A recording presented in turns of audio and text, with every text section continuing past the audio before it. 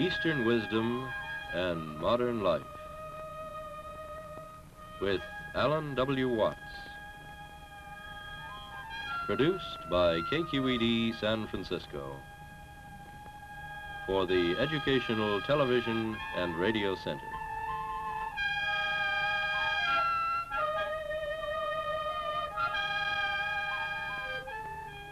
Alan Watts is a scholar, lecturer, and the author of many widely read books on comparative philosophy and religion.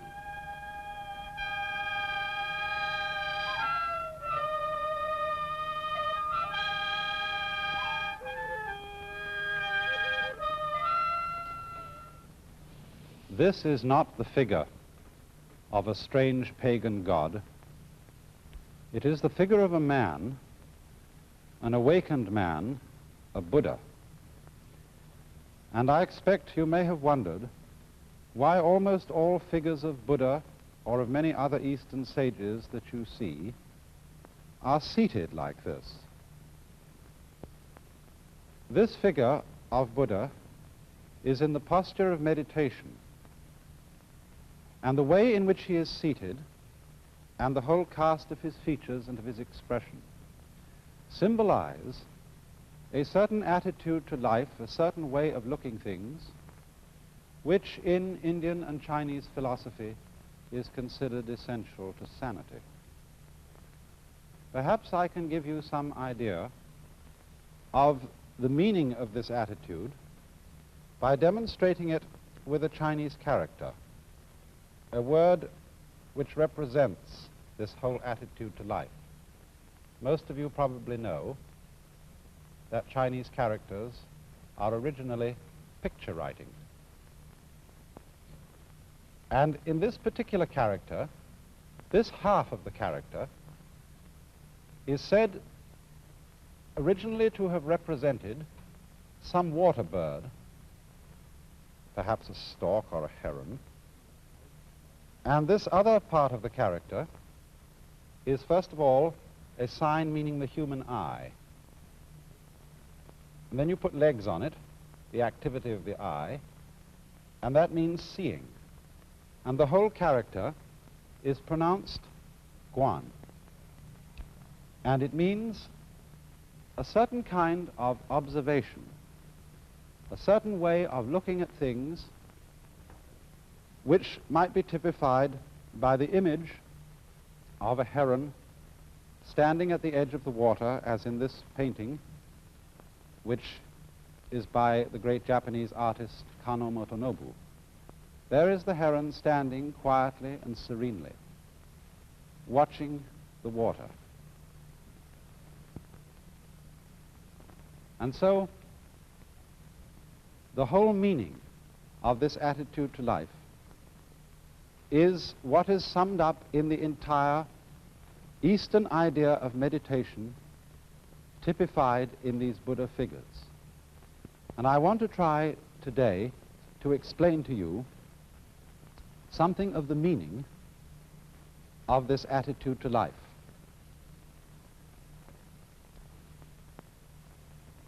For fundamentally, meditation is not so much an exercise as it is a certain way of using one's mind or one's consciousness. Because normally, most human beings, when they use their eyes or their ears, are constantly and chronically straining to see and to hear. And when you come to think of it, that's very odd, because our eyes don't work by effort. They don't have to go out and get the light. The light comes to them. And in the same way, sound comes to our ears, and even the sense of touch comes to our fingertips. We don't, for example, have to press a thing hard. If I want in the dark, I'm trying to fumble and feel what this is. I don't have to press very hard to feel it, because the sensation simply of the hard object comes to the nerve ends in my skin. And so it's strange, isn't it, that we have acquired the habit of a constant and chronic effort to see clearly and to hear clearly. I think part of it comes from school. You know, when children are listening to a teacher in class, they're always fidgeting or doing something like this, you know, and looking around and twisting and jiggling. And the teacher says, "Pay attention!"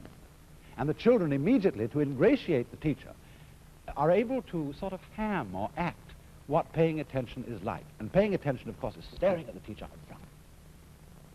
Yes, we're very interested in what you say. And sometimes, to get their concentration clear, they curl up their legs around the legs of the chair and go into all these strained attitudes so that the teacher knows they really are trying very hard to attend.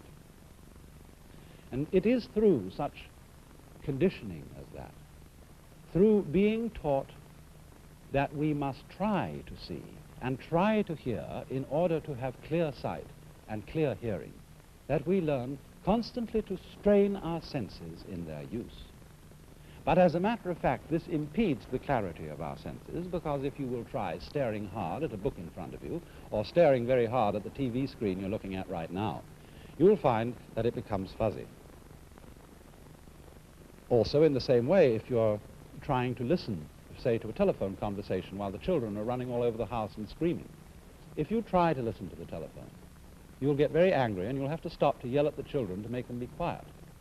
But on the other hand, if you just let the sound come to your ears, you'll have no difficulty at all in hearing. So, you remember then that heron I showed you. When that heron was watching for fish, it wasn't sort of going like this, looking all over the place for what, fish here, fish here. No, heron is just quiet like this. And as it were, the whole area of vision is simply coming to the heron's eyes. And the moment it sees a ripple in the water, it darts down and gets the fish. Now, I don't think it's only that we have been taught by teachers and parents and so on to try to see and try to hear clearly.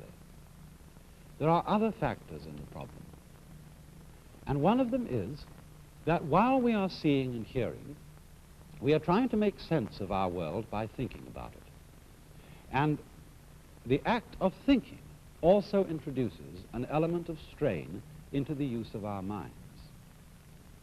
And I think the reason for this is, perhaps you will remember how I showed you on a previous program, that thought is linear. You know, it goes one word after another. It's strung out in a line. We think thought, thought, thought, thought, thought in a line like this, one after another. Whereas when we see to what is going on entirely. We take in a volume when we see. We take in a great area. Nature is a volume rather than something strung out in a line. But when we think, we get one thought after another, and so the process of thought is much slower than the process of seeing and using our consciousness or our mind as a whole. And this then requires a certain effort to make thought keep up with what we are seeing or what we are hearing. Also, you see, thought works by abstraction. What do I mean by abstraction? Well, a lot of Chinese characters are abstractions. If we take, for example, the Chinese character for man, it is written this way. Now, that was originally the head and legs of a human figure, something, you know, like this. When we draw an abstract figure of a man, everybody knows that's a man. But as a matter of fact, it cuts out a great deal of man. This figure cuts out all the details and gives us a simple image which we can grasp all at once. And we have to do that in order to think, so that we can use a series of very simple images or grasps of the world, and these are abstractions. And it is fundamentally in terms of abstractions that we think. Now, thought, as I said, is slower because it goes in a line, thought after thought, and also thought is abstract.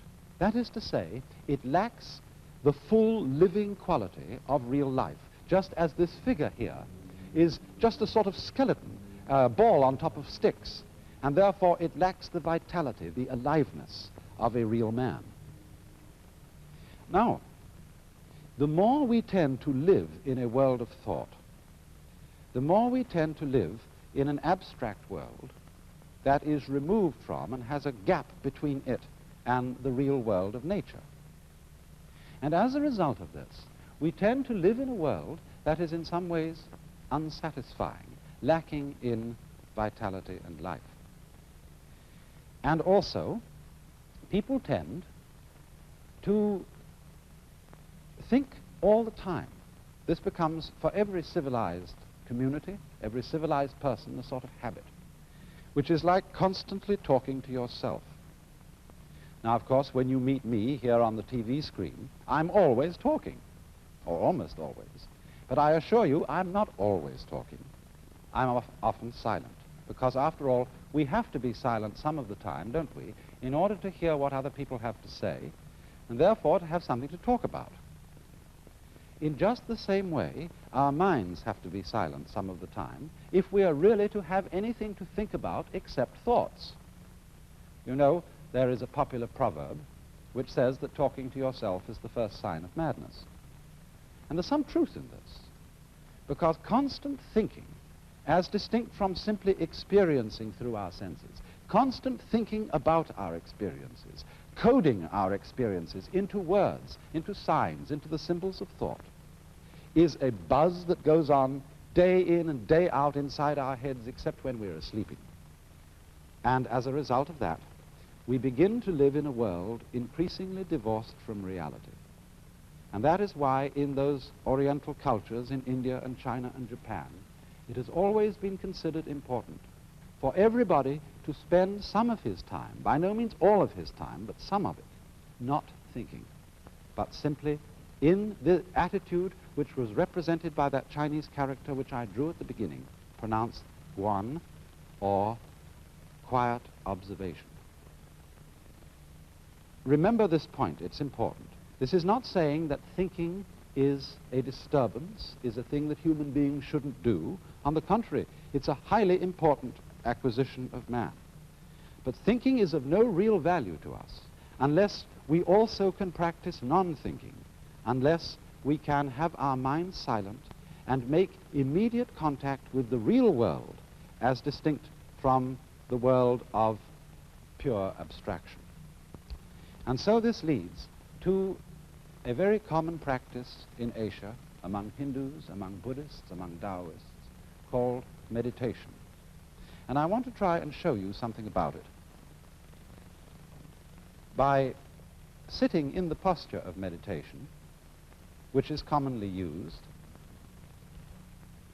and is done approximately like this. One sits upon a firm cushion. Usually a big city telephone directory is about the right thickness. And ordinarily, among Oriental peoples, they sit in what is called lotus posture, or half lotus posture, as I'm sitting now, which means that the right foot is lifted up onto the left thigh. You will find, of course, that that's an extraordinarily uncomfortable position if you're not used to it. But one of the reasons for sitting that way is that it locks your legs together so that you don't easily fall over if you should go to sleep, and also that this position gives you a sense of being very, very firmly rooted to the ground. And then the hands are laid like this. And one then turns attention to letting oneself breathe. You don't do a breathing exercises, taking deep inhalations and exhalations. You simply let your breath come as it wants to, but you, if anything, let the out-breath, you know, the breath that goes with a sigh of relief, you let that be the emphasized breath rather than the in-breath. You don't close your eyes. You usually drop them a little on the floor in front of you, because the object is not to cut out all the things that you might be experiencing through your eyes and through your ears, through your nose and your nerve ends on the skin. The object is simply to let one's mind alone, to experience, but not to try to catch hold of one's experience in thoughts. Simply to think. No, I wouldn't say think. That's a word we use very ambiguously. When I use the word think, I mean talk to yourself, or bring a lot of images before your mind which have nothing to do with what's right in front of you.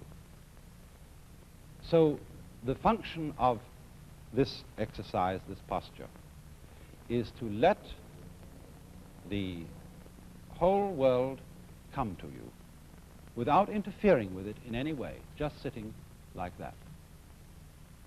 You may say, oh, that's a great waste of time. There are all sorts of interesting things in life to do. Why just spend some hours sitting? And the reason, though, as I tried to explain, is that it is through this that one comes to have a contact no longer with a world of abstractions, no longer with a world of thought, but with the world that actually is. Now, as you do this, you begin to notice a rather curious change in your general feeling of life. You notice that there ceases to be what I would call an interruption or an interval between your experience and yourself. You see, in our ordinary way of using our minds, the chronic sense of strain, the chronic attempt to think about and make sense of what we are feeling, is what we call our ego. If you say, I experience my own existence, I am aware constantly of a knower behind and receiving all that is known, then you get this chronic sensation of there being an I, a self, who has all these experiences, and that I or self is what we call the ego. And this chronic sense of strain is our, you might call it our psychological blocking against our experience. The thing that seems to divide us from an external world, from the whole universe.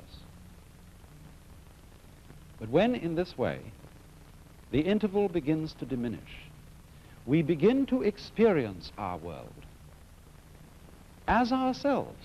There is no interval, there is no interruption between the knower and the known.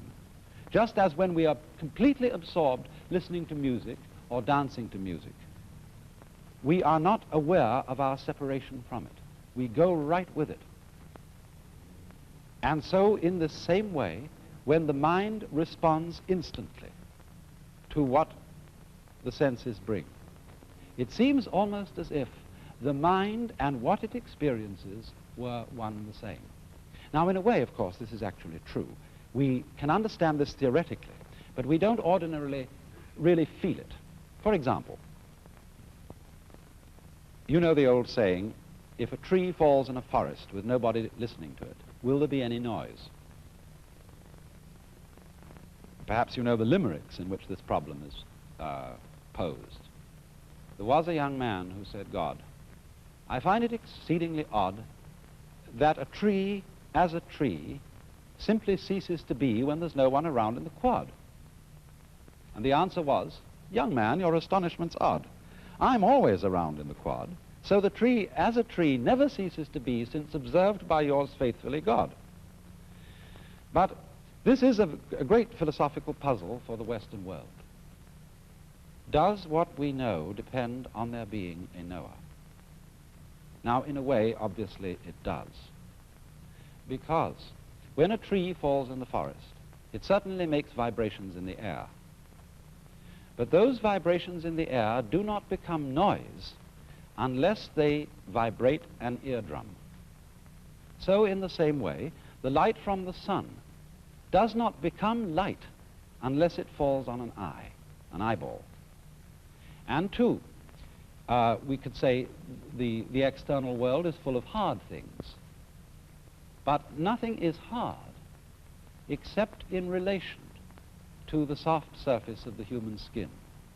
Nothing is heavy except in relation to human muscles.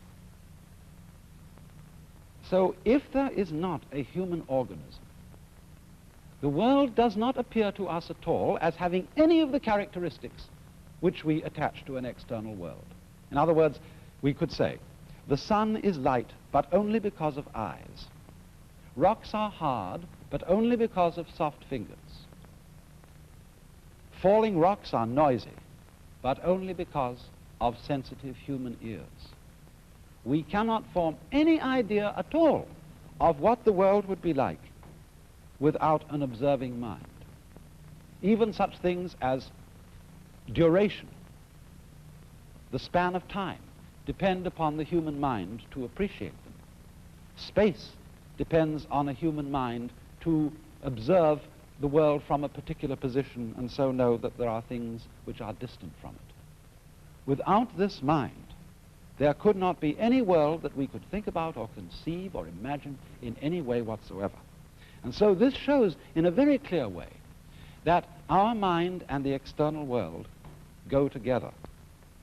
They are inseparable differences. You remember in a recent program how I tried to illustrate the idea of inseparable differences by taking a coin or an object here like a cigar, which has two distinct ends, but you cannot separate those ends. This is very important. It's worth repeating because it's quite fundamental. If I would want to take one of these ends off and break the thing and throw it away, it would still have another end. There would still be two ends there. I could never get rid of the situation of it having two ends. So you see that although the two ends are different, there is just one object. And so in the same way, although there is a difference in a way between the knower and the known, between man and the world, nevertheless, these two go together, and they are fundamentally inseparable. And therefore, when our consciousness is responding instantly, without any interval or interruption, without any, shall we say, stopping to think about it, then we have a situation in which we are actually realizing, we are actually feeling the true physical relationship which exists between man and his environment. And this we could call the experience of oneness or unity with the universe, which is the function of meditation. Now,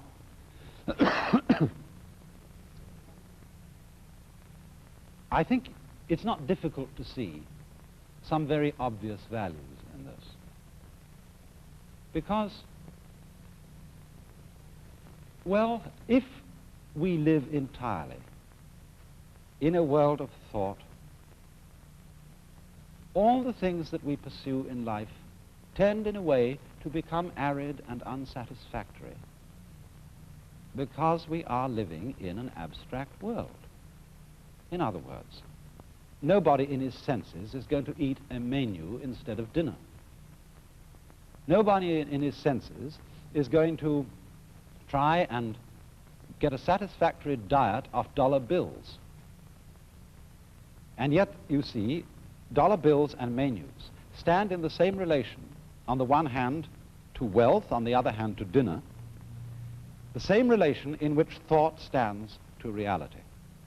They represent it. They symbolize reality, but they are in no sense substitutions for it.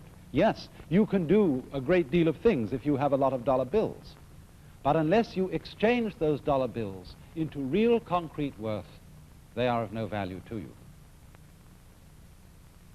And so in the same way, if we try to live in the world of pure thought, we begin to feel a strange, unsatisfactory quality to the world. And this living in pure thought is not something that is only done by, you know, professors and intellectuals and thinking people. Perfectly ordinary people often live in the world of pure thought. As, for example, when we pursue certain goals in life, when we say, I want to be successful, I want to be happy, these are really abstractions. Because supposing you become enormously wealthy and you're able to afford 3 cars and 6 houses, you can't drive in 3 cars at once. You can't live in 6 houses at once. You have a symbol, which we call prestige, of your status. But that is an abstract symbol. You can't eat prestige. You can't eat success. And so, to overcome that kind of beguilement by the fantasies of thought, not thinking is an important adjunct to thought. To be able, every so often, to cease the hubbub going on inside one's head and to let talking to oneself stop and come to stillness. You needn't, of course, sit in the meditation posture like this to do it. This is simply the way it's done by Buddhists and Hindus. You can walk, you can sit in the ordinary way, you can lie in the bathtub and do it. You can lie on your back in bed before you get up in the morning and do it. Just let your mind alone and stop trying to make sense of the world, so that there is really something to think about other than thought itself. It's like if we wrote books about nothing but books. This is, I'm afraid, what a great deal of scholarship is. Books about books about books. And so in this way, through meditation, we come to that kind of profound peace which is exhibited in the faces of the Buddhas. I remember particularly some words by Lafcadio Hearn, in which he gives a marvelous description of the whole attitude which these faces represent. Each eidolon shaped by human faith remains the shell of a truth eternally divine, and even the shell itself may hold a ghostly power. The soft serenity, the passionless tenderness of these Buddha faces might yet give peace of soul to a West weary of creeds transformed into conventions, eager for the coming of another teacher to proclaim, I have the same feeling for the high as for the low, for the moral as for the immoral, for the depraved as for the virtuous, for those holding sectarian views and false opinions, as for those whose beliefs are good and true.